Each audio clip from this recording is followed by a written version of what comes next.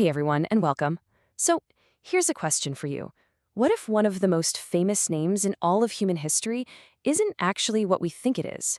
Today, we're doing a deep dive into the earliest Buddhist texts to see what they really say about a figure known to literally billions. Let's get into it. It all kicks off with this one simple question. For so many of us, the name Prince Siddhartha immediately brings to mind the young Buddha. But what if I told you that that name might not be in the foundational scriptures at all? That's the rabbit hole we're jumping down today. So where did this whole thing even come from? Well, you might be surprised. It didn't start in some ancient library or university debate. Nope, it started in a much more modern way. That's right.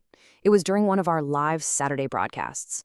A viewer sent in a message and they made this pretty bold claim that the name Siddhartha isn't in the original texts and that it only shows up in much, much later commentaries. And our first reaction was probably like yours. Really? No way. But it was a claim we absolutely had to check out. And that one question kicked off this amazing modern-day treasure hunt through some very ancient documents. This is exactly where cutting-edge tech meets ancient history. It's pretty cool. So here's basically how it all went down. We got the question, then we shared some digital scanning tools with our whole community. And then people from all over the world started jumping in, using these tools to search through digital archives of the Pali Canon.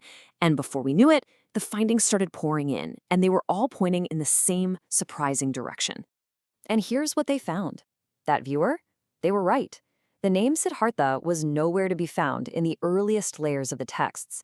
It only started appearing, just like they said, in later works. Now, what's so fascinating about this is that it immediately opens up another, even bigger question. If his name wasn't Siddhartha, then what was it?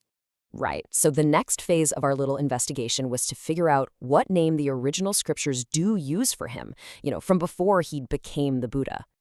And the answer was hiding in plain sight, right there in the texts. Gautama. This was his family name or his clan name. It's how people who knew him would have actually addressed him. So the key takeaway here is that the historical person we know as the Buddha was called Gautama. And this quote just brilliantly illustrates the whole point. It comes from a story where he meets his first 5 disciples right after his enlightenment. And they call him by his old name, Gautama. And they call him Avuso, which means friend. Now, he corrects them. But, and this is the important part, he doesn't say the name is wrong. He's saying his status has changed. He tells them to use his new title, Tathagata. By doing that, he actually confirms that, yep, they were using his correct personal name all along. Now, of course, Gautama wasn't the only thing people called him. The texts are just full of these incredible titles and honorifics. He's the Tathagata, the one who has thus gone, the Buddha, the awakened one, and Shakyamuni, the sage of the Shakya clan.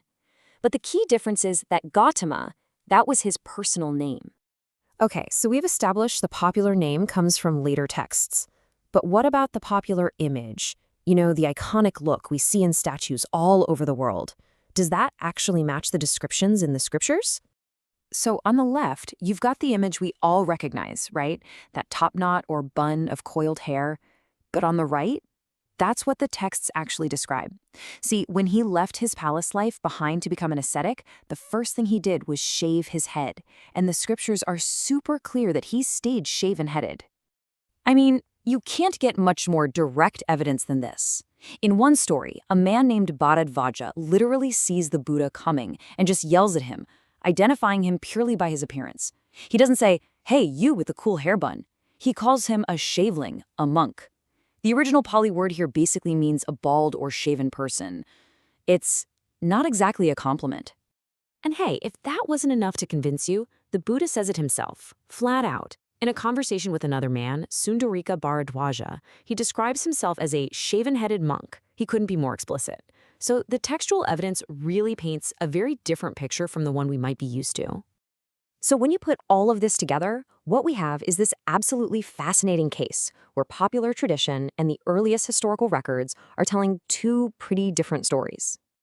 And here it is, laid out side by side. The common belief gives us Prince Siddhartha with a very distinct hair bun, but the earliest scriptural findings give us a man named Gautama who is a shaven-headed ascetic. This slide really just crystallizes the difference between the later tradition and the original textual record. Now, here's the most important point of all. none of this changes the core philosophy. It doesn't invalidate the teachings in any way. I mean, the Four Noble Truths are still the Four Noble Truths, whether his name was Siddhartha or Gautama. But what it does do is give us a more historically grounded, and maybe even a more human picture of the man behind the massive legend. And that kind of brings us to our final thought. This whole journey started because one person asked one simple question that challenged a common assumption. And it just makes you wonder, doesn't it? What other facts that we all just take for granted about history might look a little different if we went back and checked the original sources? What's the next great question just waiting for someone to ask?